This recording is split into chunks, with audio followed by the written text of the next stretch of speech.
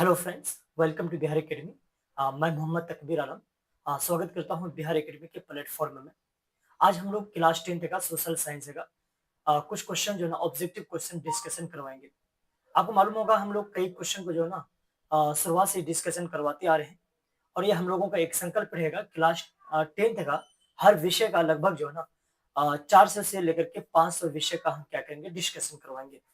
कितने से विषय का क्वेश्चन इतना का हम क्या करेंगे डिस्कशन, सॉरी क्वेश्चन डिस्कशन करवाएंगे। तो बस आप लोग यही धैर्य बना करके रखें।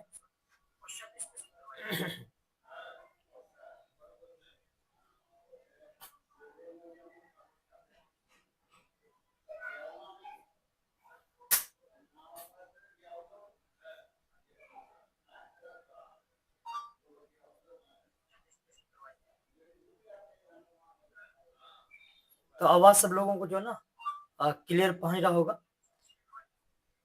तो हम लोग जो है ना क्वेश्चन का डिस्कशन करवाना शुरू कर देते हैं। तो चलिए आप बने रहिए। लगभग हम लोग जो ना आज 50 क्वेश्चन का टारगेट रखे हैं। 50 क्वेश्चन आपको क्या करेंगे पूरी तरह से क्लियर करवा देंगे। कितने क्वेश्चन? लगभग 50 क्वेश्चन आपका जो है ना ये टारगेट रहेगा। तो बाकी जो लोग लाइव में आ चुके हैं क्वेश्चन वीडियो को जो है ना शेयर कर दीजिएगा ताकि दूसरे लोग भी जुड़ सके। बाकी जो है ना हम लोग पढ़ाना शुरू कर देते हैं। देखिए सबसे पहले बात है कि क्वेश्चन जो है हम लोग को कुल टोटल मिला करके 50 क्वेश्चन का आज डिस्कशन करवाना है और 50 क्वेश्चन से लगभग जो है ना यहाँ से आप अगर बने रहेंगे तो लगभग आपका 100 क्वेश्चन बन जाएगा। तो चलिए धैर्य बना करके रखिए। पहला क्वेश्चन क्या है बच्चों, इनमें से क्या सामाजिक विभेद का कारण है? यानी इनमें क्या सामाजिक विभेद का मतलब होता है जो समाज में जो है ना विभेद होता है। विभेद का मतलब होता है जो बंटवारा होता है, समाज जो टूटता है ना। तो क्या कारण है समाज का विभेद के कारण? विभेद का मतलब होता है बच्चों अलग होना। समाज का जो है ना देखते हो ना लोग क्या करते हैं जात पात में अलग हो जाते हैं। तो यही है कि समाज का विभेद का क्या कारण है। तो समाज में विभेद का कारण क्या है? क्या भाषा है, क्या जाति है, क्या इन यानी धर्म है, या इनमें से सभी है? तो ध्यान दीजिएगा इनमें क्या सामाजिक विभेद का कारण है। तो सामाजिक विभेद के कारण भाषा तो नहीं है बल्कि क्या होगा जाति हो जाएगा। क्या है? जाति। ये क्वेश्चन हमने कई बार जो ना जो ऑफलाइन एग्जाम परीक्षा लिए होंगे तो वहां पर भी हम क्वेश्चन को दिए थे कि इनमें से क्या सामाजिक विभेद का कारण है। तो सामाजिक विभेद का कारण यानी समाज में जो हम लोगों को क्या करते हैं जो बटा हुआ महसूस करते हैं, तो क्या कारण है? तो याद रखिएगा जाति है ना। सुने होंगे सनातन में कई जात हैं, जैसे ब्राह्मण है, क्षत्रिय है, वैश्य है और शूद्र है। शूद्र जो है सबसे छोटे जात के लोग होते हैं। जैसे हम बतलाए थे कि कुआं से भी पानी नहीं पी सकते तो उस समय वो लोग क्या करते थे मंदिर में भी प्रवेश नहीं कर सकते थे, जो छोटे छोटे जात के लोग थे। जबकि ब्राह्मण की जात के लोग जो है ना उन्हें दबा करके रखा जाता था हमेशा। तो यही लिखा हुआ क्वेश्चन ये है कि इनमें से सामाजिक विभेद का कारण है। तो सामाजिक विभेद के कारण जो है ना जाति है। अगला क्वेश्चन आइए। अगला क्वेश्चन हम लोगों का कि स्वतंत्रता के मूल अधिकार का संबंध किस अनुच्छेद से है? यानी स्वतंत्रता के मूल अधिकार का संबंध किस अनुच्छेद से है? स्वतंत्रता का मूल अधिकार यानी राइट टू जो फ्रीडम है, हमें कौन से जो है ना अनुच्छेद में हमें क्या किया है यह अधिकार दिया है? फ्रीडम यानी आजादी का अधिकार दिया है। क्या अनुच्छेद 14 है, या अनुच्छेद 19 है, या अनुच्छेद 15 है, या अनुच्छेद 18 है?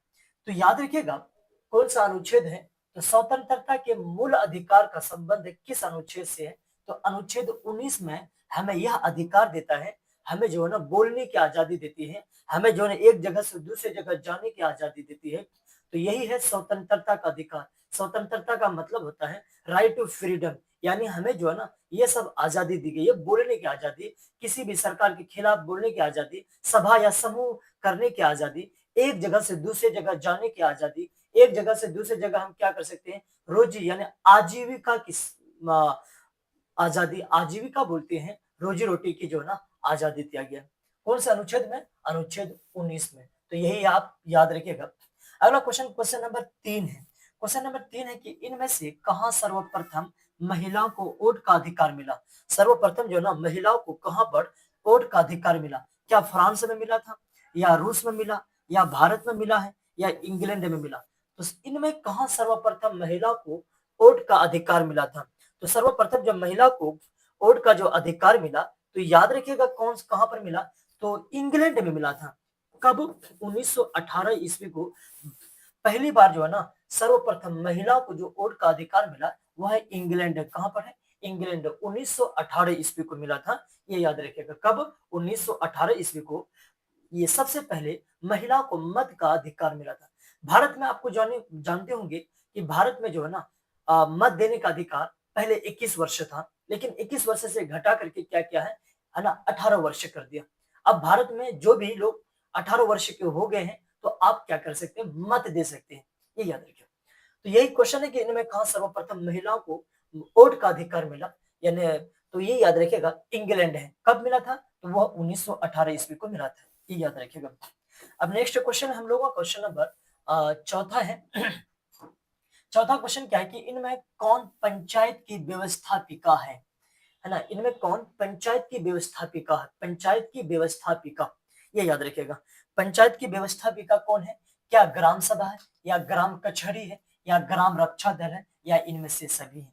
तो याद रखिएगा इनमें कौन पंचायत की व्यवस्थापिका है, जो व्यवस्था को, तो याद रखना है जो व्यवस्था को संभालता है, तो वो हो गया आपका ग्राम सभा है। कौन सा है सभा? ग्राम सभा जो ना हम लोगों का पंचायत की व्यवस्थापिका है। जबकि ग्राम कचहरी का जो ग्राम कचहरी जो होते हैं वो सरपंच होता है, लेकिन ग्राम रक्षा दल नहीं। ग्राम रक्षा दल जो ना गांव में जो पहले क्या होता था, चौकीदार होता था जो गांव को क्या करता था, सुरक्षित रखता था, वही है ग्राम रक्षा दल। तो ये नहीं है। नेक्स्ट क्वेश्चन है, क्वेश्चन नंबर हम लोगों को पांचवा क्वेश्चन क्या है, विदेश नीति किस सूची में रखा गया? हमने पढ़ाए थे क्या चीज, सूची। ध्यान दीजिएगा, सूची जो है ना पढ़ाए थे कि सूची जो है ना 3 तरह की होती है। सूची क्या है उन पर हम लोग बात करते हैं, इसको इंग्लिश में लिस्ट बोलते हैं। देखिए सूची क्या होता है बच्चों, सूची बोलते हैं क्या कि जो भारत में आपको मालूम होगा एक केंद्र स्तर पर या राज्य स्तर पर कहीं तो कानून बनता होगा ना, जो कानून बनता है ना, तो कानून को जिस किताब में रखा जाता है ना, उसको समझो वो सूची कहलाते हैं। तो भारत में जो है 3 तरह का सूची होता है। एक होता है क्या जी, 3 तरह का सूची होती है, ये याद रखिएगा। कितने तरह की सूची? तो 3 तरह की सूची। एक होता है संघ सूची, है ना, संघ सूची। संघ सूची को ही हम लोग बोलते हैं केंद्र सूची बोलते हैं, है ना, केंद्र सूची। केंद्र सूची बोलेंगे। अब केंद्र सूची में क्या होता है, कानून जो बनाते हैं ना हम लोगों का केंद्र सरकार बनाते हैं। तो केंद्र सरकार का मतलब होता है नरेंद्र मोदी जी के द्वारा, या कोई भी प्रधानमंत्री बनेंगे ना तो उन्हीं के द्वारा जो है ना कानून बनाया जाएगा। जैसे कोई विदेशी मामला आ गया, मतलब कौन सा देश से हमको अच्छा रिलेशन बनाना है या नहीं बनाना है, तो वह कानून, इससे रिलेटेड अगर कोई कानून बनेगा ना तो वह केंद्र सरकार बनाएंगे। इसी तरह अगर बात करेंगे, जैसे हम लोग अगर बात करना है कोई जो है ना सीआरपीएफ के जवान से रिलेटेड कोई संबंधित कोई कानून बनेगा, या रेलवे से रिलेटेड अगर बात करेंगे, रेलवे से रिलेटेड हो गया, वो बैंक से रिलेटेड हो गया, है ना, बैंक से रिलेटेड कानून हो गया। इसी तरह अगर बात करेंगे हम लोगों का जो है ना बैंक से रिलेटेड के अलावा और बहुत सारे कानून है जो क्या करता है संघ सूची या केंद्र सूची के द्वारा बनाया जाता है। तो यही लिखा हुआ है कि यानी विदेश नीति किस सूची में रखा गया है। विदेश नीति का मतलब होता है एक देश से दूसरे देशों के बीच जो है ना अच्छा संबंध बनाए रखना। तो विदेश नीति का जो कानून बनाने का काम करते हैं वो होता है संघ सूची, है ना। संघ सूची अर्थात केंद्र सूची, यानी जब केंद्र सरकार के द्वारा जो कानून बनाया जाता है ना उसको हम लोग बोलते हैं संघ सूची। जबकि राज्य सरकार के द्वारा जो कानून बनाया जाता है तो उसको जिस किताब में रखा जाता है उसे बोलते हैं राज्य सूची। इसी तरह समवर्ती सूची का मतलब होता है ना, जहां पर राज्य सरकार और केंद्र सरकार दोनों मिलकर के कानून बनाते हैं, उसी को हम लोग क्या बोलते हैं, तो उसी को बोलते हैं आपका समवर्ती सूची बोलते हैं। तो ये याद रखिएगा। तो इस प्रकार इसका आंसर होगा विदेश नीति को किस सूची में रखा गया, तो संघ सूची में रखा गया। तो विदेश से रिलेटेड कोई भी कानून बना देखते हो ना, हम लोगों का प्रधानमंत्री एक जगह से दूसरी जगह जाते हैं, तो ये याद रखिएगा। क्लियर है? तो चलिए जब क्लियर है तो नेक्स्ट पॉइंट पर आते हैं। अगला जो हम लोगों का जो है ना अगला क्वेश्चन है क्वेश्चन नंबर 6 है। 6 क्वेश्चन क्या है कि सूचना का अधिकार नामक विधेयक कब पारित हुआ था, यानी सूचना का अधिकार कानून कब बना। देखिए हम लोग सूचना का अधिकार को यानी राइट टू इंफॉर्मेशन भी इंग्लिश में बोलते हैं आरटीआई, राइट टू इंफॉर्मेशन। ये आरटीआई राजस्थान से शुरुआत हुई थी। कहां से शुरुआत हुई थी? राजस्थान से शुरुआत हुई थी, ये याद रखिएगा। राजस्थान से शुरुआत होती है आरटीआई, राइट टू इंफॉर्मेशन, यानी सूचना का अधिकार अधिनियम। सूचना का अधिकार अधिनियम का मतलब है कोई भी सरकार से रिलेटेड कोई भी काम काज का आपको भी तो हक है ना जानने का। तो भारत में एक कानून बनाया गया है 2005 ईस्वी को कि आप जो है ना कोई भी सरकारी कागजात से रिलेटेड है या सरकार का कोई पुल पुलिया बन रहा है या सड़क बन रहा है, मान लीजिए कितना रुपया खर्च हुआ नहीं हुआ, क्या सही में इतना रुपया खर्च हुआ या नहीं हुआ, तो आपको भी यह अधिकार है जानने का। इस वजह से हमारे देश में जो क्या किया कानून बनाया गया है 2005 ईस्वी को, ये याद रखना, सूचना का अधिकार कानून बोलते हैं, जिससे आप सूचना प्राप्त कर सकते हैं। तो वो कब बना है? 2005 ईस्वी को। इस प्रकार आपका आंसर सही होगा। सूचना का अधिकार नामक विधेयक, विधेयक का मतलब होता है बिल, कब पास हुआ है? वह 2005 ईस्वी को पास होता है। क्लियर है? तो चलिए, जब क्लियर है नेक्स्ट क्वेश्चन पर बात करते हैं। अगला क्वेश्चन है भारतीय जनता पार्टी, है ना, जिसको हम लोग बीजेपी के नाम से जानते हैं, भारतीय जनता पार्टी के प्रथम अध्यक्ष कौन थे? देखिए, भारतीय जनता पार्टी अगर बात करेंगे स्थापना 1980 ईस्वी को हुआ था, पहली बात है। इसका जो पुराना नाम है जनता पार्टी के नाम से भी जानते हैं इसको, जनता पार्टी, पुराना नाम जनता पार्टी था। अच्छा, इसका प्रथम जो अध्यक्ष बने थे उनका नाम क्या है? अटल बिहारी वाजपेयी। अटल बिहारी वाजपेयी, यानी भारतीय जनता पार्टी के प्रथम अध्यक्ष जो बने हैं ना, उनका नाम क्या है?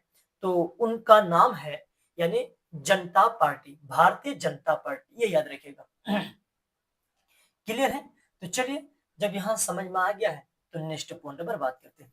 अगला क्वेश्चन नंबर 8 पर देखिए क्या लिखा हुआ, इनमें से किस पार्टी का विलय जनता दल में हुआ था? जनता दल बोलते हैं जेडीयू, है ना, जनता दल यूनाइटेड।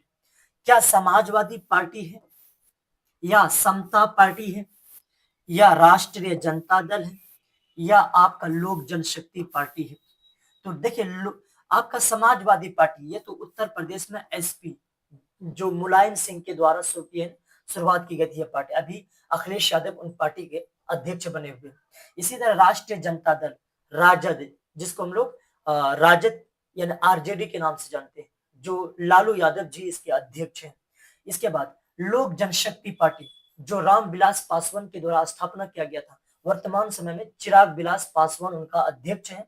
लेकिन समता पार्टी, यही समता पार्टी क्या किया है, देखिए कोई भी पार्टी क्या होता है, छोटे मोटे पार्टी को क्या करते हैं, किसी बड़े पार्टी में हम लोग विलय कर देते हैं। विलय का मतलब होता है मिला देना, ये याद रखिएगा।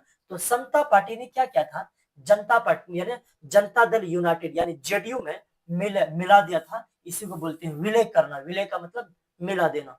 जैसे आप नाम सुने हो ना, पूर्णिया जिला के पप्पू यादव, पप्पू यादव का भी एक अपना पार्टी था, लेकिन उन्होंने अपना पार्टी को क्या किया, कांग्रेस में विलय कर दिया, है ना, कांग्रेस में विलय कर दिया। तो इसी को बोलते हैं ना विलय कर देना। तो समता पार्टी, ये याद रखिएगा।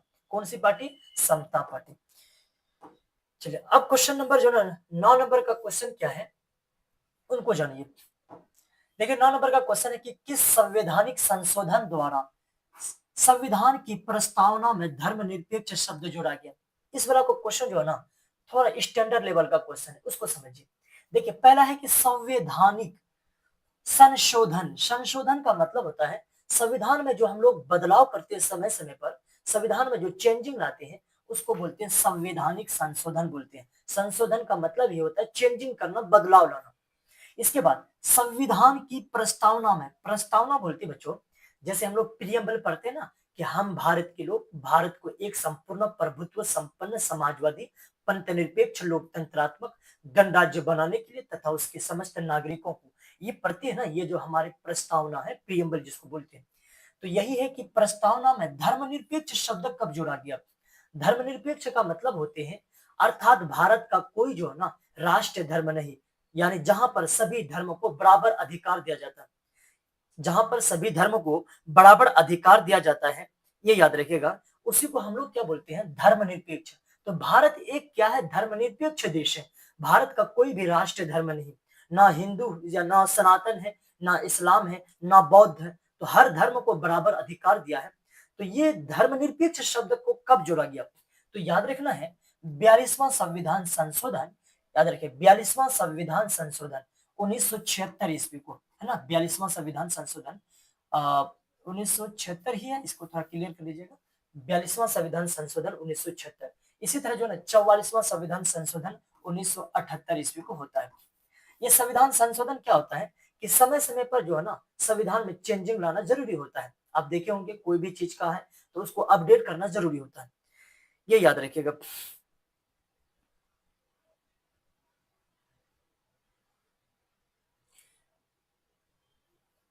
चलिए अगला क्वेश्चन पर बात करते हैं। अगला क्वेश्चन क्या है कि इनमें कहां एकात्मक शासन व्यवस्था है, इनमें कहां पर एकात्मक शासन है। अच्छा, एकात्मक का मतलब होता है जिस देश में जो है ना एक ही सिर्फ जो है ना राष्ट्रपति हो या प्रधानमंत्री हो, ना विधायक ना संसद, ये सब नहीं होता है। जैसे हम लोगों का देश में देखे होंगे कि 3 स्तर पर सरकार होती है। एक केंद्र स्तर पर सरकार है, एक राज्य स्तर पर सरकार है, उसी तरह जो है ना एक ग्रामीण स्तर पर सरकार है। 3 तरह की सरकार है। लेकिन क्या है कि जो है ना श्रीलंका एक ऐसा देश है जहाँ पर एकात्मक शासन व्यवस्था है। एकात्मक का मतलब सिर्फ जो है ना यहाँ पर एक ही सरकार है, और संघात्मक का मतलब होता है जहाँ पर अलग-अलग तरीके के सरकार होते हैं ना, उसको हम लोग क्या बोलते हैं, संघात्मक सरकार बोलते हैं। तो भारत में संघात्मक सरकार है, कनाडा में भी संघात्मक सरकार है, अमेरिका में भी कई संघात्मक सरकार है, लेकिन श्रीलंका में जो है ना संघात्मक सरकार नहीं है, बल्कि यहाँ एकात्मक शासन है। देखिए कभी कभी यहाँ से थ्योरी पूछता है कि एकात्मक शासन व्यवस्था क्या है। एकात्मक का मतलब होता है, अर्थ होता है जहां पर क्या होता है एक सरकार होती है। तो श्रीलंका में एक ही सरकार है, ये याद रखिएगा। अगला क्वेश्चन है, क्वेश्चन नंबर जो ना 11 नंबर का जो क्वेश्चन है ये याद रखिए। तो 11 नंबर का क्वेश्चन क्या है उनको जाने। 11 में है कि इनमें से किस राज्य को विशेष राज्य के दर्जा प्राप्त है। विशेष राज्य का, देखिए विशेष राज्य क्या होता है। विशेष राज्य का मतलब होता है स्पेशल स्टेट। जैसे 10 छात्र हैं, मान लीजिए उन छात्रों में से किसी एक स्टूडेंट को क्या करना, अच्छे तरीके से सम्मानना, अच्छे तरीके से इसको पढ़ाना, उसी को बोलते हैं हम लोग स्पेशल। तो उसी तरह भारत में 28 राज्य हैं। तो भारत में 28 राज्य, कई राज्यों को जो है ना विशेष राज्य का दर्जा मिला।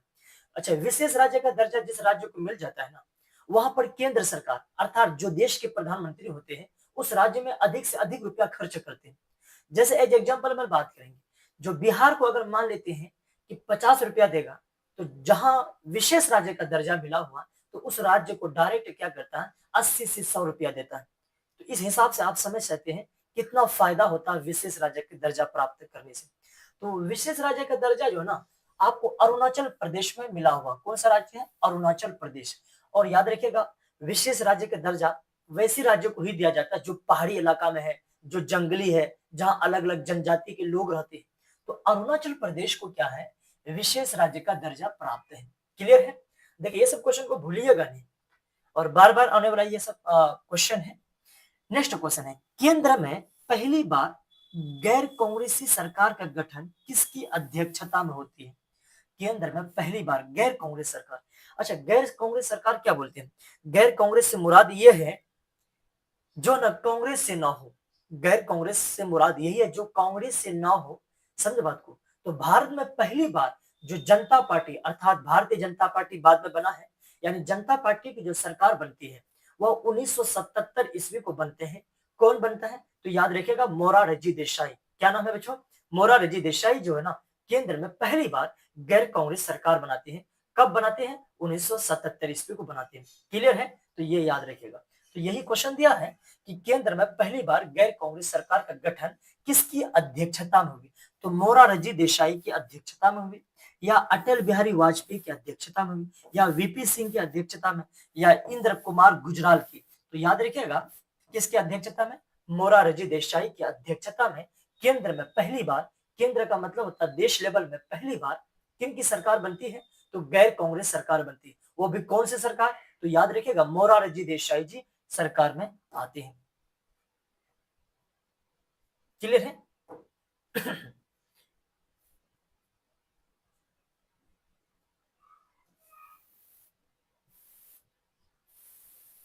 अब क्वेश्चन नंबर जो हम लोग 13 देखते हैं, यानी 13 नंबर का क्वेश्चन क्या है, पानी के निजीकरण के कारण कहां जनसंघर्ष हुआ था। देखिए बोलो तो कौन सा देश में पानी को लेकर क्या हुआ था, जनसंघर्ष हुआ था। क्वेश्चन क्या है कि पानी के निजीकरण, मतलब कौन सा ऐसा देश है जहां पानी को क्या किया था, निजीकरण कर दिया था। निजीकरण का मतलब होता है प्राइवेट कंपनी के हाथों में दे दिया गया था। तो वह देश कोई और नहीं है। क्या यह देश नाइजीरिया है।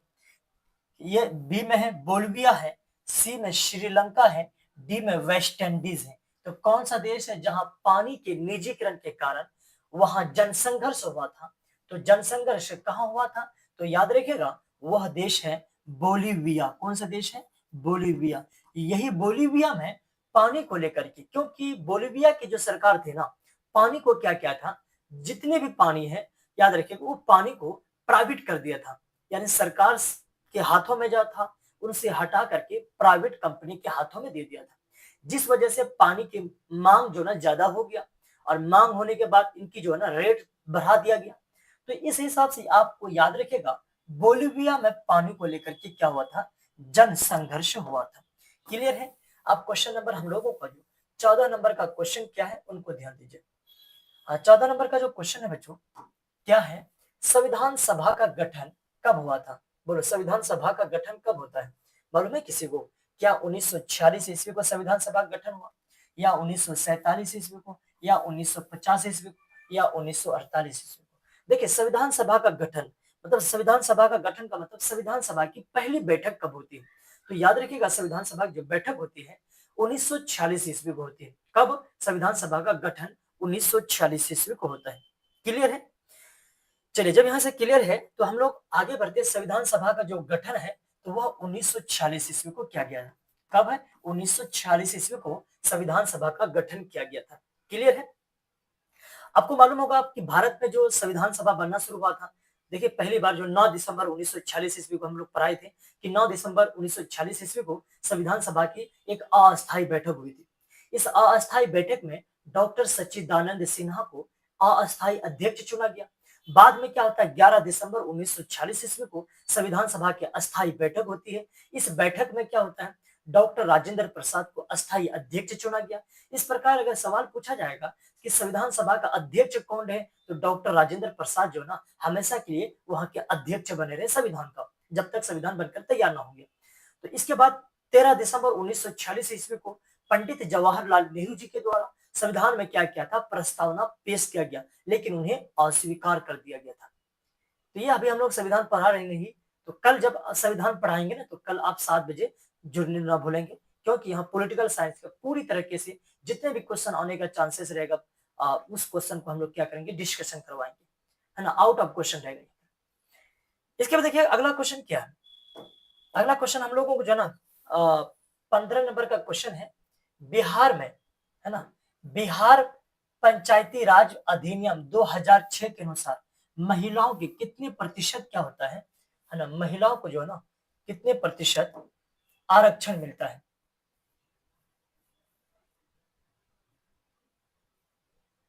बोलिए। यहां लिखा हुआ है कि जो है ना बिहार पंचायती राज अधिनियम 2006 के अनुसार महिलाओं के लिए कितने प्रतिशत आरक्षण का प्रावधान है? क्या 27% आरक्षण दिया, या 50% है, या 33%, या 65%?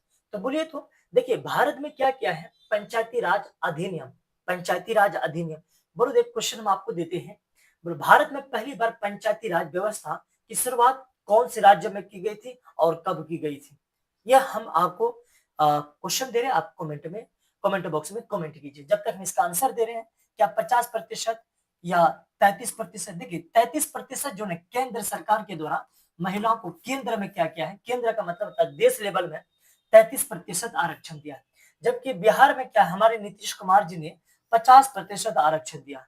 50% का मतलब यह हुआ अगर 50 महिला मुखिया रहेंगे तो 50 पुरुष भी होंगे। 50 अगर पुरुष है तो याद रखिएगा 50 महिला भी मुखिया रहेगी। तो यही है 50% आरक्षण दिया गया। तो इसको आप याद रखेगा, समझे बात को। तो यही लिखा हुआ 50% जो है ना आरक्षण दिया गया है। अगला क्वेश्चन है ये, ग्राम कचहरी का है ना प्रधान कौन होता है? तो ग्राम कचहरी का प्रधान कौन होता है बच्चों? तो ग्राम कचहरी, है ना, ग्राम कचहरी का प्रधान कौन होता है? क्या मुखिया होता है? देखिए गांव का जो मुखिया है ना, मुखिया को गांव का प्रमुख माना गया है। मुखिया को गांव का जो प्रमुख माना गया है, मुख्य व्यक्ति माना गया, ये तो नहीं है।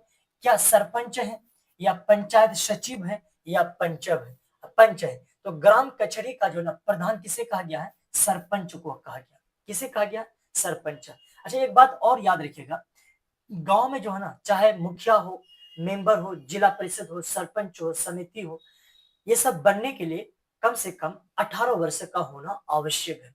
और इन सभी का पद जो है ना 5 वर्षों के लिए होता है। कितने वर्षों के लिए होता है? 5 वर्षों के लिए होता है। क्लियर है? अब अगला क्वेश्चन देखिएगा। अगला क्वेश्चन क्या है तो उनको जानिए। यहां लिखा हुआ यूनान को एक स्वतंत्र राष्ट्र कब घोषित किया गया? यूनान को, यूनान मिस्र रोमा है ना, सब मिट गए हैं, ये सुने होंगे। तो यही लिखा हुआ है कि यूनान को एक स्वतंत्र राष्ट्र कब घोषित किया गया? तो कब घोषित किया? क्या 1827 है, या 1829 ईस्वी को, या 1842 ईस्वी को, या 1832 ईस्वी को? तो याद रखिए, यूनान को एक स्वतंत्र राष्ट्र कब घोषित किया गया? तो यूनान को जो है ना एक स्वतंत्र राष्ट्र जो घोषित किया गया वह 1832 ईस्वी को। कब घोषित किया गया? तो 1832 ईस्वी को यूनान को क्या घोषित किया गया है ना? 1832 ईस्वी को यूनान को एक स्वतंत्र देश घोषित किया गया था।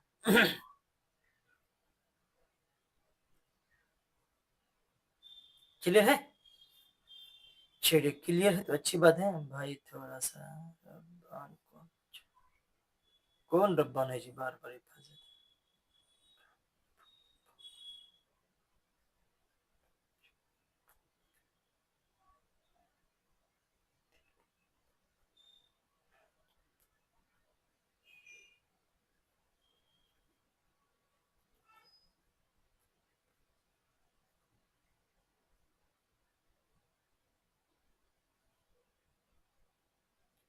चलो अब अगला पॉइंट पर बात करते हैं। अगला जो हम लोग यहाँ आपको समझ में आ गया कि यूनान को एक स्वतंत्र राष्ट्र कब घोषित किया गया, तो वह 1832 ईस्वी को यूनान को एक स्वतंत्र राष्ट्र घोषित किया गया था। क्लियर है? चलिए अगला क्वेश्चन, क्वेश्चन नंबर जो 18 है। 18 क्वेश्चन क्या है कि लाला लाजपत राय ने किन की जीवनी लिखी थी? देखिए, जीवनी जो है ना किन की लिखी थी? अब मालूम होता है जीवनी मतलब किसी के जीवन के बारे में लिखना, उसको हम लोग जीवनी बोलते हैं। तो यही लिखा हुआ है कि लाला लाजपत राय ने किन की जीवनी लिखी थी? क्या नेपोलियन की जीवनी लिखी, या लेनिन की, या मैजिनी की, या स्टालिन की? किन की जीवनी लिखी थी? तो लाला लाजपत राय ने किन की जीवनी लिखी थी? बोलिए। तो याद रखना है, लाला लाजपत राय ने मैजिनी की जीवनी लिखी थी। किन की? मैजिनी की। लाला लाजपत राय ने किन की जीवनी लिखी थी? तो मैजिनी ने लिखी थी। मैजिनी के बारे में लिखा गया। तो ये सब क्वेश्चन को जो ना आपको याद रखेगा, समझे बात को। कई बार ये सब क्वेश्चन ज्यादातर आने के चांसेस रहता है कि लाला लाजपत राय ने किन की जीवनी लिखी थी। तो याद रखिएगा, मैजिनी की जीवनी लिखी थी। किन की? मैजिनी की जीवनी लिखी थी। यानी आपका 18 का बी ऑप्शन सही होगा। चलिए अगला क्वेश्चन है हम लोगों का, रक्त और लोह की नीति का अवलंबन किसने किया था? बोलिए, रक्त और लोह की नीति का अवलंबन किसने किया था? रक्त और लोह की नीति का जो अवलंबन बिस्मार्क ने किया था। यानी ऑप्शन आपका डी हो जाएगा सही। रक्त और लोह की नीति का अवलंबन, जो रक्त और लोह की नीति की जो शुरुआत की थी, वो शुरुआत करने वाले व्यक्ति हैं, इसका नाम है बिस्मार्क। क्या नाम है? बिस्मार्क ने इसका शुरुआत की गई थी। अब क्वेश्चन नंबर 20 नंबर का क्वेश्चन है, राइन राज्य संघ का निर्माण किसने किया था? है ना, राइन राज्य का निर्माण किसने किया था? क्या बिस्मार्क ने किया था, या बिस्मार्क के अलावा क्या मेटरनिख ने किया था, या नेपोलियन बोनापार्ट ने किया था, या फ्रेडरिक ने किया था? तो याद रखिएगा, जर्मन राइन राज्य का निर्माण है ना बिस्मार्क ने किया था। किसने किया था? बिस्मार्क ने जर्मन राइन राज्य, जर्मन नहीं दिया है, सिर्फ राइन राज्य संघ का निर्माण किसने किया था? तो याद रखना, बिस्मार्क ने किया था। किसके द्वारा किया गया था? तो बिस्मार्क ने है ना जर्मन राइन राज्य का निर्माण करवाया था। क्लियर है? जब क्लियर है तो अगला क्वेश्चन पर बात करते हैं हम लोग। क्वेश्चन नंबर जो है ना 21 क्वेश्चन है। 21 नंबर का क्वेश्चन क्या है ना, ब्रूसेन सेफ्ट। यहाँ लिखा हुआ 21 नंबर का क्वेश्चन, ब्रू है ना सेन सेफ्ट नामक सभा की स्थापना कहाँ हुई थी? बोलिए तो कोई लोग। ब्रू है ना सेन सेफ्ट नामक सभा की जो है ना स्थापना कहाँ की गई थी? क्या जर्मनी में की गई थी, या फ्रांस में की गई, या ब्रिटेन में की गई थी, या इटली में की गई थी? तो ब्रुसेल्स सेफ्ट नामक सभा की जो स्थापना वो कहाँ पर की गई थी? तो याद रखिएगा, वो जो शुरुआत की गई थी ना फ्रांस में की गई थी। कहाँ पर? फ्रांस में। इस क्वेश्चन को थोड़ा देख लीजिएगा आप लोग। फ्रांस में ही शुरुआत की गई थी। कहाँ पर? फ्रांस में। देख लीजिएगा इसको। अगला क्वेश्चन पर बात करते हैं। अगला क्वेश्चन है कि निम्नलिखित में से कौन यूटोपियन समाजवादी था? यूटोपियन समाजवादी, इसको भी हम पढ़ा है। सेंट साइमन भी है, रॉबर्ट ओवन है, इनके अलावा लुई बना, है ना। यानी इनमें से सभी उनका सही आंसर हो जाएगा कि निम्नलिखित में कौन यूटोपियन समाजवादी था। तो यूटोपियन समाजवादी सेंट साइमन भी, अब इसके बाद रॉबर्ट ओवन है, इनके बाद है लुई बना। तो याद रखिएगा इनमें से सभी उनका आंसर सही होगा। यूटोपियन समाजवादी इनमें से सभी लोग हैं यूटोपियन समाजवादी। क्लियर है? अगला क्वेश्चन है, अगला क्वेश्चन है क्या चीज, बोल्शेविक, है ना। बोल्शेविक क्रांति को इनमें से किस नाम से भी जानते हैं? तो बोल्शेविक क्रांति को इनमें से हम, हालांकि अभी इसको पढ़ाई नहीं है आपको, तो अक्टूबर क्रांति के नाम से भी जानते हैं, यानी ऑप्शन सी सही होगा। बोल्शेविक क्रांति को इनमें से किस नाम से जानते हैं? तो बोल्शेविक क्रांति को अक्टूबर क्रांति के नाम से भी जानते हैं। किस, कौन सी क्रांति के नाम से? तो याद रखिएगा अक्टूबर क्रांति के नाम से भी हम जानते हैं। क्लियर है? अगला क्वेश्चन है, इनमें कौन गुप्त पुलिस संगठन है? गुप्त पुलिस संगठन, गुप्त, इनमें कौन गुप्त पुलिस संगठन है? मतलब गुप्त मतलब क्या होता है? छुपा हुआ, है ना। छुपा हुआ पुलिस संगठन कौन सा है? क्या लाल सेना है, या जेकोबिन है, या जॉलवेरिन है, या चेका है? तो याद रखिएगा चेका जो है ना एक गुप्त पुलिस संगठन था, ये याद रखना है ना। तो इनमें कौन है, पूछा गया है कि इनमें कौन गुप्त पुलिस संगठन है।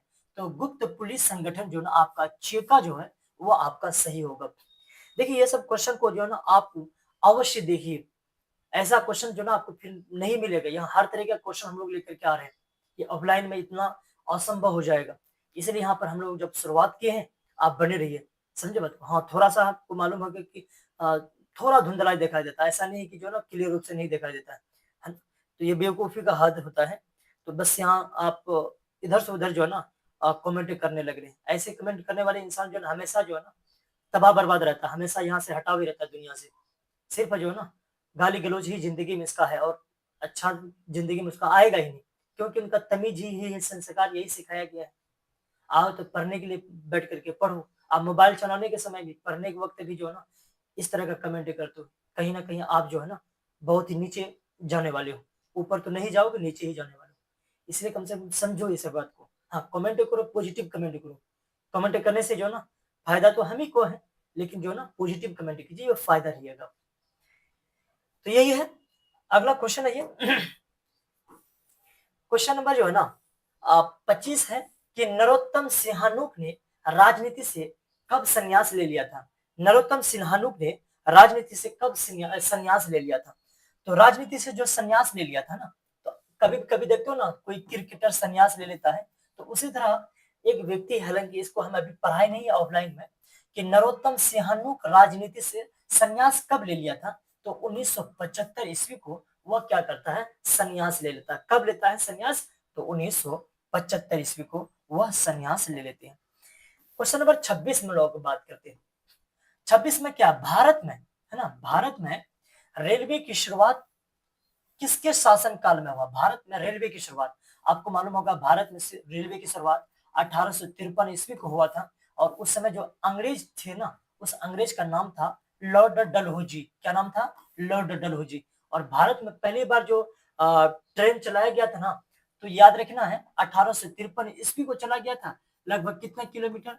34 से 35 किलोमीटर। कुछ किताब में 35 देते हैं, कुछ 34 देते हैं, तो 34 को आपको ज्यादा याद रखना है कि जो ना भारत में रेलवे की शुरुआत किसके शासन काल में हुआ था? तो भारत में रेलवे की जो शुरुआत हुई थी बच्चों, वो 1853 ईस्वी को, उस समय जो अंग्रेज थे उनका नाम था लॉर्ड डलहौजी। यही पूछा जाएगा किनके शासन काल में? तो लॉर्ड डलहौजी के शासन काल में क्या हुआ था? ये भारत में पहली बार रेलवे को शुरुआत की गई थी। कितने किलोमीटर? तो चला था लगभग 34 किलोमीटर। कहां से कहां तक चला था? तो याद रखिएगा एक जगह है बम्बे, है ना, आज तो मुंबई हो गया, तो याद रखिएगा बम्बे से थाने के बीच लगभग 34 किलोमीटर चला था। क्लियर है? अगला क्वेश्चन है कि गांधी ने दांडी यात्रा की शुरुआत कहां से की थी? गांधी ने दांडी यात्रा की शुरुआत कहां से की थी। तो गांधी ने दांडी यात्रा की शुरुआत कहां से की थी? दांडी यात्रा हम आपको पढ़ाए थे कि दांडी यात्रा की जो शुरुआत हुई थी 12 मार्च, है ना, 12 मार्च 1930 ईस्वी को दांडी यात्रा की शुरुआत की गई थी। कितने लोग शामिल थे गांधी जी के साथ? आपको मालूम होगा 78 लोग शामिल थे। कितने किलोमीटर चले थे? लगभग 250 किलोमीटर जो ना पैदल यात्रा किए थे, पैदल यात्रा किए थे, है ना। कहां से किए थे? तो याद रखिएगा साबरमती आश्रम से, है ना, साबरमती आश्रम से। साबरमती आश्रम कहां पर पड़ता है? तो गुजरात में साबरमती आश्रम पड़ता है। उसी साबरमती आश्रम से गांधी जी ने क्या किए थे? नमक कानून के खिलाफ एक यात्रा निकाली थी। जिस तरह देखे होंगे राहुल गांधी जी क्या किए थे? न्याय यात्रा निकाली थी। सेम टू सेम वैसे ही गांधी जी ने क्या थे? साबरमती आश्रम से 12 मार्च 1930 ईस्वी को अपने 78 लोगों के साथ, कितने लोगों के साथ? अपने 78 लोगों के साथ 250 किलोमीटर पैदल यात्रा की थी। और कहां पहुंचे? तो याद रखिएगा गुजरात के दांडी पहुंचते हैं, और दांडी समुद्र के किनारे है। वहीं पर पहुंचने के बाद एक मुट्ठी नमक लेकर के क्या करते हैं? नमक को फेंकते हैं और कहता है कि आज से कोई भी लोग नमक का टैक्स नहीं देगा, है ना। नमक कानून का क्या किया था? उल्लंघन कर दिया गया था। तो यही पूछा जाएगा क्या है कि गांधी ने दांडी यात्रा की शुरुआत कहां से की थी? तो याद रखना है दांडी समुद्र तट से, या साबरमती आश्रम से, या कालीकट से, या बारदोली से। तो बारदोली आंदोलन अलग है, ये कालीकट तो केरल में पड़ता है। साबरमती आश्रम से यहाँ लिखा हुआ गांधी ने दांडी यात्रा की शुरुआत कहां से की थी? तो याद रखना साबरमती आश्रम से की थी। कहां पर जाकर के रुके थे? तो दांडी में रुके थे। तो यही है। कुछ लोग क्या करेगा? दांडी समुद्र तट आंसर मार के चलाएंगे, लेकिन ये बिल्कुल गलत होगा। साबरमती आश्रम से उन्होंने क्या किया था? दांडी यात्रा की शुरुआत की थी। क्लियर है?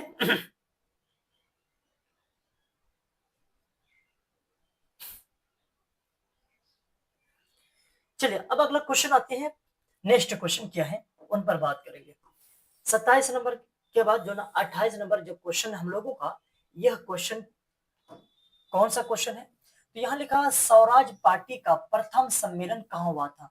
स्वराज्य पार्टी, है ना, स्वराज्य पार्टी का प्रथम सम्मेलन कहाँ होता है? आपको मालूम होगा कि स्वराज पार्टी कब स्थापित किया गया था? 1923 ईस्वी को स्वराज पार्टी की स्थापना की जाती है। जिनके पहले अध्यक्ष कौन बनते हैं? इसका आप बतला सकते हैं ना? स्वराज पार्टी का प्रथम अध्यक्ष हम दो व्यक्ति बताए थे ना, मोतीलाल नेहरू और चित्तरंजन दास। तो चित्तरंजन दास जो है ना स्वराज पार्टी के पहले अध्यक्ष बनते, चित्तरंजन, है ना, चित्तरंजन दास। तो चित्तरंजन दास जी है ना वो पहले स्वराज पार्टी के अध्यक्ष बनते हैं। इनके बाद जो है ना इस पार्टी का जो सचिव बनते हैं, महासचिव जिसे बोलते हैं, तो मोतीलाल नेहरू जी बनते हैं। कौन? मोतीलाल नेहरू बनते हैं, ये याद रखिएगा, मोतीलाल नेहरू। तो यही है स्वराज पार्टी का प्रथम सम्मेलन। सम्मेलन का मतलब होता है कॉन्फ्रेंस, यानी पहली कॉन्फ्रेंस कहाँ हुई थी? तो पहली कॉन्फ्रेंस जो है इलाहाबाद में हुई थी। कहां पर हुई थी बच्चों? इलाहाबाद। अच्छा, जिस इलाहाबाद का आज नाम बदल कर क्या रख दिया गया है? प्रयागराज रख दिया गया। तो वही इलाहाबाद में सबसे पहले क्या हुआ था? स्वराज पार्टी की शुरुआत की गई थी। क्लियर है? तो जब क्लियर है तो अगला क्वेश्चन पर बात करते हैं। क्वेश्चन नंबर हम लोगों का 29 होगा। 29 नंबर का क्वेश्चन क्या है कि इनमें से किन्हें सीमांत गांधी के नाम से भी जानते हैं? क्या श्री राजगोपालाचारी है, श्री राजगोपालाचारी, या मोहम्मद अली जिन्ना है, या खान अब्दुल गफ्फार खां है, या स्वामी सहजानंद सरस्वती जी है? देखिए मोहम्मद अली जिन्ना अगर बात करेंगे ना, मोहम्मद अली जिन्ना क्या किया था? टू नेशन की थ्योरी दी थी, यानी द्विराष्ट्र का सिद्धांत दिया था। द्विराष्ट्र का मतलब है कि भारत दो हिस्सों में बटेगा, एक का नाम रहेगा हिंदुस्तान और एक का नाम रहेगा क्या चीज? पाकिस्तान होगा। तो यानी टू नेशन का जो थियरी देने वाला व्यक्ति है, इसका नाम क्या है? मोहम्मद अली जिन्ना। लेकिन मोहम्मद अली जिन्ना तो है नहीं, तो किसे कहा गया? खान अब्दुल गफ्फार खां को सीमांत गांधी के नाम से जानते हैं। किन्हें? खान अब्दुल गफ्फार खां। सीमांत गांधी का मतलब क्या हुआ? भारत का भी गांधी है, वह पाकिस्तान की भी गांधी है, इसी को बोलते हैं हम लोग सीमांत गांधी के नाम से जानते हैं। क्लियर है? तो सीमांत गांधी के नाम से किन्हें जाना जाता है? तो याद रखना है खान अब्दुल गफ्फार खां। और उन्होंने क्या किया था? एक खुदाई खिदमत गार नामक एक स्वयं सेवी संगठन बनाए थे। स्वयं सेवी संगठन का मतलब है जो क्या है, लोगों की मदद करने के लिए एक संगठन बनाए थे। और इसी संगठन को हम लोग लाल कुर्ती के नाम से भी जानते हैं। कौन सी कुर्ती के नाम से? लाल कुर्ती के नाम से भी जानते हैं। तो सीमांत गांधी खान अब्दुल गफ्फार खान को उन्होंने कौन सा संगठन बनाया था? तो आपको बतला ही दिए, जिस संगठन को हम लोग क्या बोलते हैं, यानी लाल कुर्ती के नाम से जानते हैं। अगला क्वेश्चन है क्वेश्चन नंबर 30 है। हम लोगों को क्वेश्चन आज 50 क्वेश्चन करवाएंगे, है ना। अगला है कि वेदों की ओर लौटो का नारा किसने दिया? वेदों, अच्छा वेद होता है, वेदों, वेद का मतलब वेद, है ना। जैसे हम लोग पढ़े ना, ऋग्वेद, यजुर्वेद, सामवेद, अथर्ववेद, ना, ऋग्वेद, यजुर्वेद, सामवेद, अथर्ववेद। आपको मालूम होगा वेदों की जो नारा देने वाले कहा ना, वेदों की ओर लौटो, तो यह क्या दयानंद सरस्वती है, राजा राम मोहन राय है, या ईश्वर चंद्र विद्यासागर है, या चित्तरंजन दास है? तो दयानंद सरस्वती है। देखिए यह नारा उस समय दिया गया था जब भारत के कई सनातनी लोग अपने सनातन को छोड़ करके, अपने धर्म को छोड़ करके अंग्रेज की धर्म की ओर भाग रहे थे। तो उन्होंने एक नारा दी कि अपने वेदों की ओर लौटो, अपने किताब को पढ़ो और समझो क्या कह रहा किताब। इस वजह से अपना अपना जो है ना ग्रंथ को पढ़ना चाहिए बच्चों को, सभी लोगों को। तो यही लिखा हुआ है क्या कि वेदों की ओर लौटो का नारा किसने दिया? तो दयानंद सरस्वती ने दिया। जबकि भारत छोड़ो का नारा किसने दिया था? आप बता दीजिए तो, भारत छोड़ो का नारा किसने दिया था? इसके बाद एक नारा और बोलिए, है ना, जय जवान जय किसान जय विज्ञान का नारा किसने दिया था? इस दो नारा का आंसर दीजिए जब तक हम आगे बढ़ रहे हैं। क्वेश्चन नंबर 3 है। थर्ड नंबर का क्वेश्चन क्या है? बिहार प्रांतीय किसान, है ना, बिहार प्रांतीय किसान सभा की स्थापना किसने की थी? तो याद रखें इसका आंसर है सहजानंद सरस्वती। क्या नाम है? सहजानंद सरस्वती ने बिहार प्रांतीय किसान सभा की स्थापना किसने की थी? तो याद रखना है सहजानंद सरस्वती ने की थी। सहजानंद सरस्वती ने की थी। समझे बात को? देखिए अभी बीच में लाइट भी जा सकती है, लाइट चली जाएगी तो क्लास ऑफ हो जाएगा, ये आपको मालूम होना चाहिए। बाकी दुआ कीजिए भागे नहीं, क्योंकि अभी तो मौसम खराब है, कभी भी लाइट जा सकती है। तो चलिए हम लोगों को लगभग जो ना क्वेश्चन तो हो ही गया है। 32 नंबर का क्वेश्चन क्या है कि भारत में पहला फैक्ट्री एक्ट, है ना, पहला फैक्ट्री एक्ट। देखिए भारत में पहला फैक्ट्री तो समझ में, एक्ट का मतलब क्या होता है? एक्ट का मतलब होता है अधिनियम, अधिनियम का मतलब होता है कानून, है ना। पहला फैक्ट्री एक्ट कब पारित हुआ? तो क्या 1850 है, या 1875 है, या 1881, या 1920 ईस्वी को? बोलो तो भारत में पहली बार फैक्ट्री एक्ट कानून कब पारित होता है? तो याद रखिएगा वह 1881 ईस्वी को। कब? 1881 ईस्वी को भारत में पहला फैक्ट्री एक्ट, यानी पहली बार जो कानून बनाया गया था फैक्ट्री से रिलेटेड, तो 1800 कब बनाया गया? 1881 ईस्वी को। और यही 1881 ईस्वी को भारत में पहली बार दशकीय जनगणना होती है। दशकीय जनगणना समझते हो ना, साल में 10 बार जनगणना जो शुरुआत हुई थी वह 1881 ईस्वी को ही शुरुआत हुई थी। और एक क्वेश्चन और देते हैं, बोलो भारत में पहली बार जनगणना कब शुरुआत हुई थी? दशकीय तो 1881 ईस्वी को, लेकिन ये बताइए कि पहली बार जनगणना कब हुई थी? क्लियर है?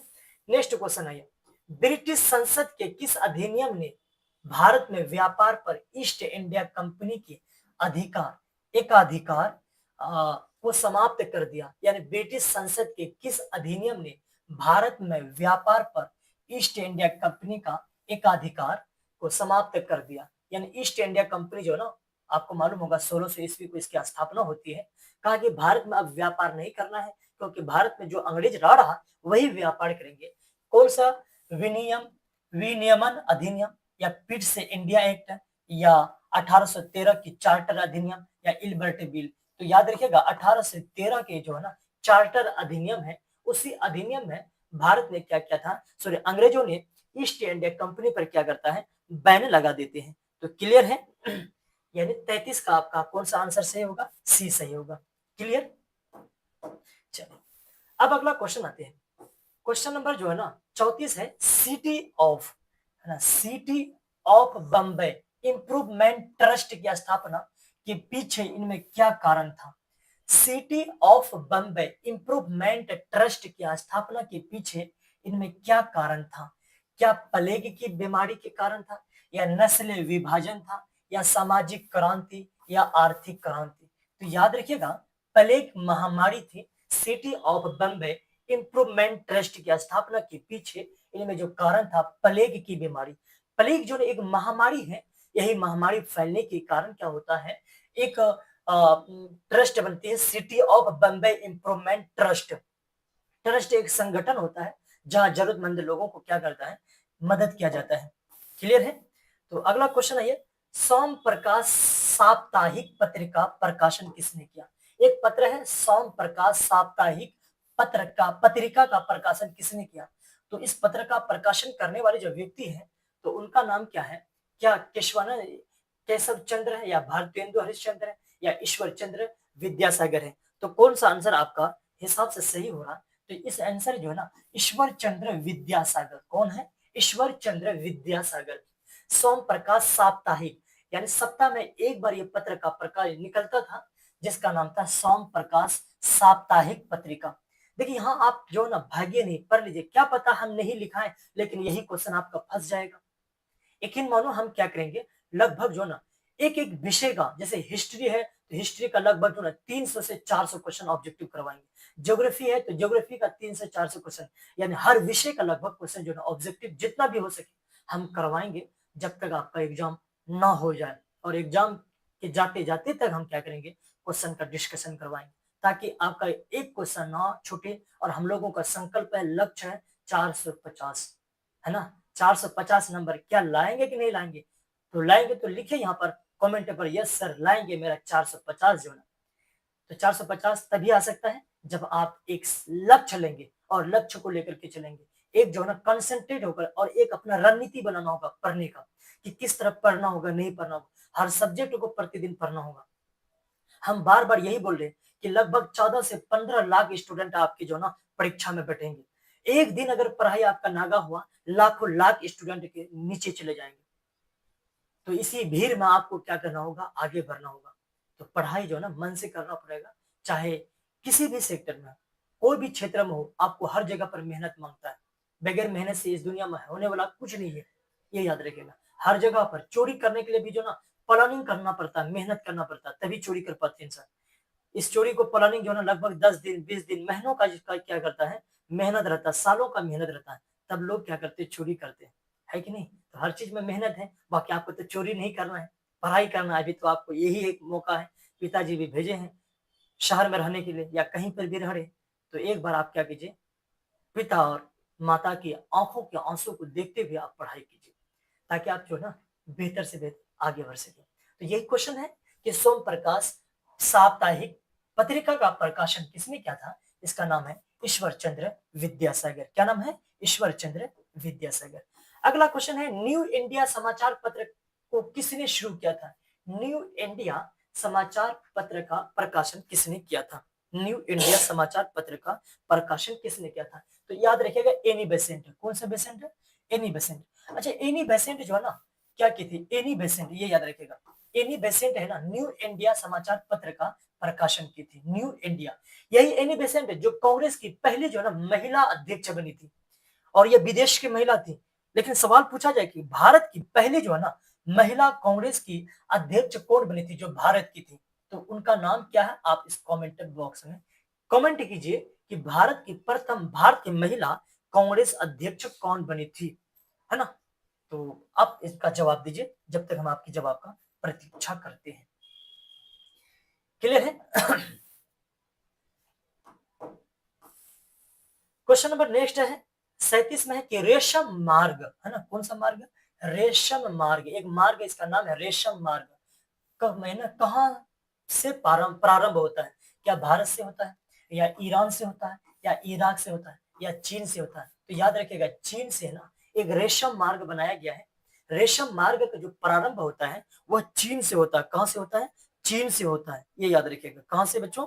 चीन से जो है ना रेशम मार्ग का, है ना, प्रारंभ होता है।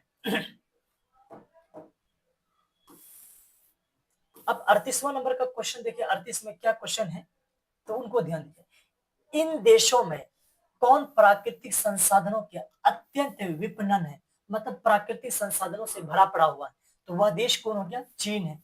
जहां प्राकृतिक संसाधन भरपूर है, तो वह देश कौन हो गया? चीन हो गया। ये लिखा हुआ है, इनमें से कौन प्राकृतिक संसाधनों में अत्यंत विपणन है? विपणन का मतलब होता है पूरी तरह से भरा पड़ा हुआ है, वह देश है चीन है। और चीन में ही सबसे पहले आपको मालूम होगा कागजी मुद्रा का शुरुआत की गई थी, है ना। चीन में ही सबसे पहले कागजी मुद्रा की क्या की गई थी, शुरुआत की गई थी। क्लियर है। अब देखिए अगला क्वेश्चन क्या है। अगला क्वेश्चन हम लोगों का है, इन राज्यों में, है ना, यानी इन राज्यों में कौन सर्वाधिक वनावरण वाला है, यानी इनमें से किस राज्य में सबसे अधिक वन वाला क्षेत्र है। तो अरुणाचल प्रदेश में है, या छत्तीसगढ़ में है, या उड़ीसा में है, या मध्य प्रदेश। तो याद रखिए मध्य प्रदेश में सबसे अधिक पेड़ पौधा लगा हुआ है।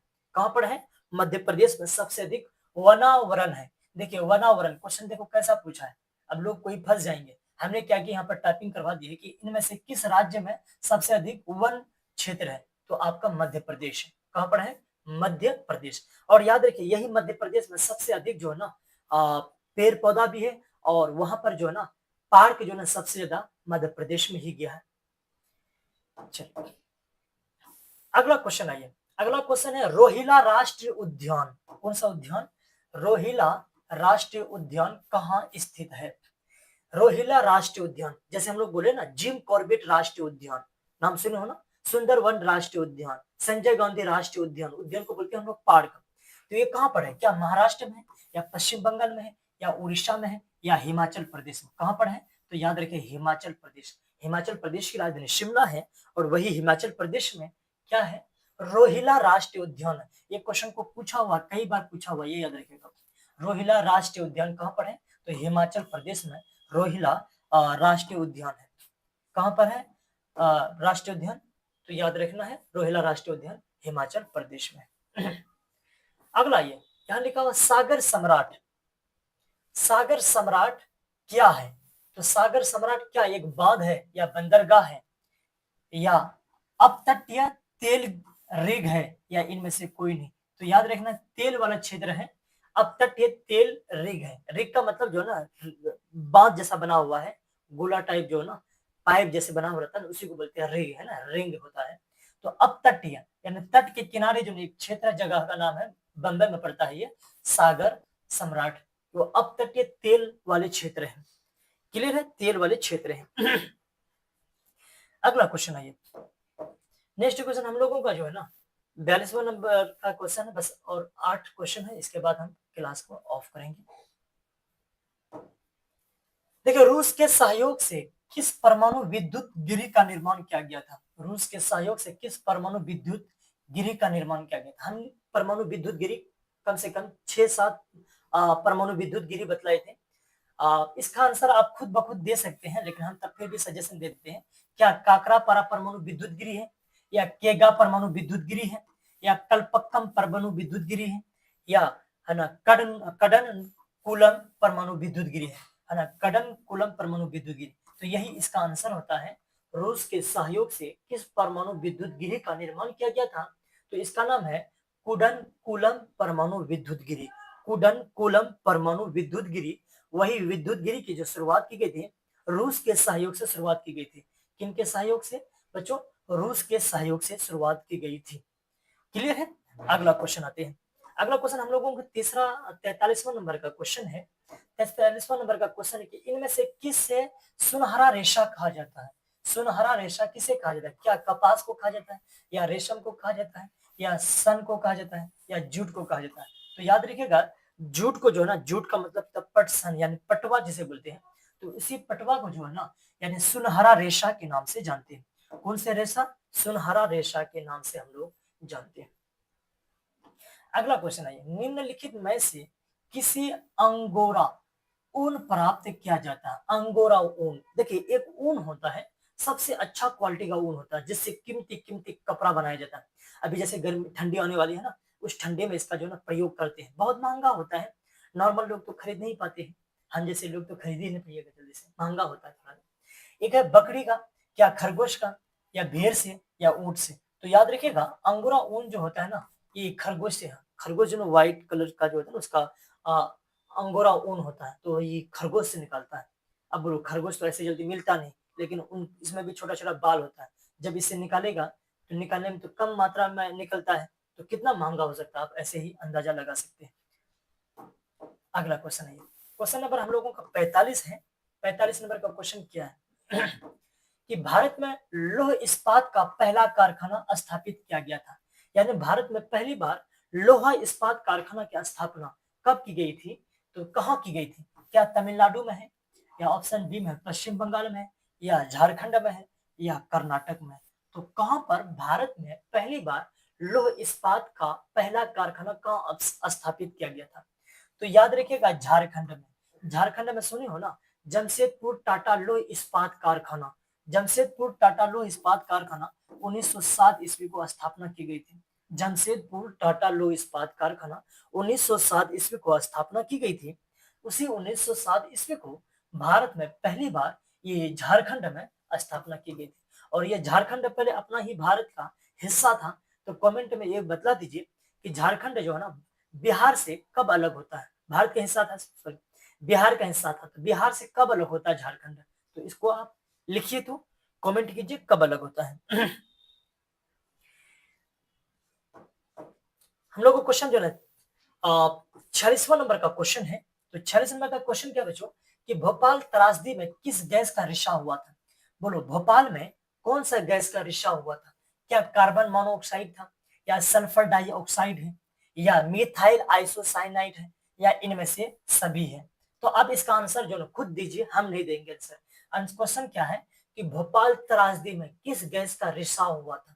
कार्बन मोनोऑक्साइड ए में है, ऑप्शन बी में सल्फर डाइऑक्साइड, ऑप्शन सी में है मिथाइल आइसोसाइनाइड, इसे शॉर्ट में हम लोग MIC भी बोलते हैं, या इनमें से सभी है? इनका आंसर आप दीजिए।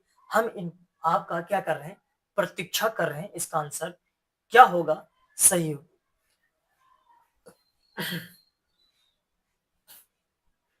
इसका आंसर आप दीजिए जब तक हम आगे बढ़ते हैं।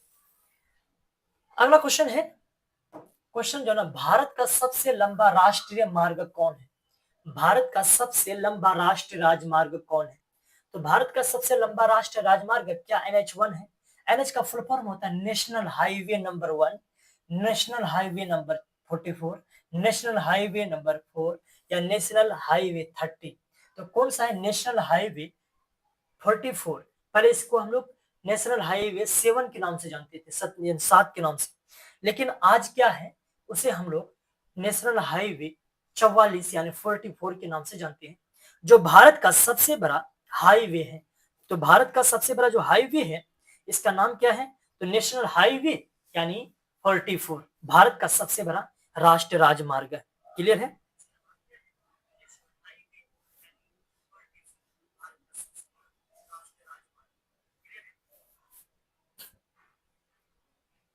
चलिए, नेक्स्ट क्वेश्चन है। अगला जो क्वेश्चन बन रहा है कि सबसे बड़ा रेल जोन कौन है? ये भी नहीं पढ़ा है अभी, रेल जोन सबसे बड़ा जो ना, रेल जोन कौन सा है? सबसे बड़ा रेल जोन कौन है? देखो, भारत में क्या क्या है, रेलवे को क्या है, लगभग 17 जोन में बांटा गया, 17 भागों में डिवाइड कर दिया है। जैसे हम लोग आगे पढ़ेंगे कि बिहार में कौन सा रेलवे जोन है, पश्चिम बंगाल में कौन सा रेलवे जोन है, उनको पढ़ाया जाएगा। लेकिन यहाँ समझिए कि सबसे बड़ा रेल जोन कौन सा है? क्या मध्य रेलवे है, या पश्चिमी रेलवे है, या पूर्वी रेलवे है, या उत्तर रेलवे है? तो उत्तर रेलवे जो है ना, सबसे बड़ा रेलवे जोन है। कौन सा जोन है? रेलवे जोन सबसे बड़ा जो है ना, उत्तर रेलवे, वो सबसे बड़ा रेलवे जोन उत्तर रेलवे जोन हो गया। क्लियर है? आगे अब 2 क्वेश्चन बचा हुआ है, इसके बाद हम लोग अगला दिन क्वेश्चन करवाएंगे। यहाँ लिखा हुआ वायु परिवहन है ना, कौन सा परिवहन? वायु परिवहन का राष्ट्रीयकरण कब किया गया था? वायु परिवहन का राष्ट्रीयकरण कब किया गया था? तो बोलिए, तो वायु परिवहन का राष्ट्रीयकरण कब किया गया था? राष्ट्रीयकरण का मतलब होता है पूरे देश लेवल उन्हें कब लाया गया।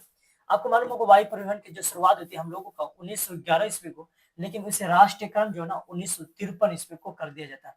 कब? 1953 ईस्वी को राष्ट्रीयकरण किया गया था।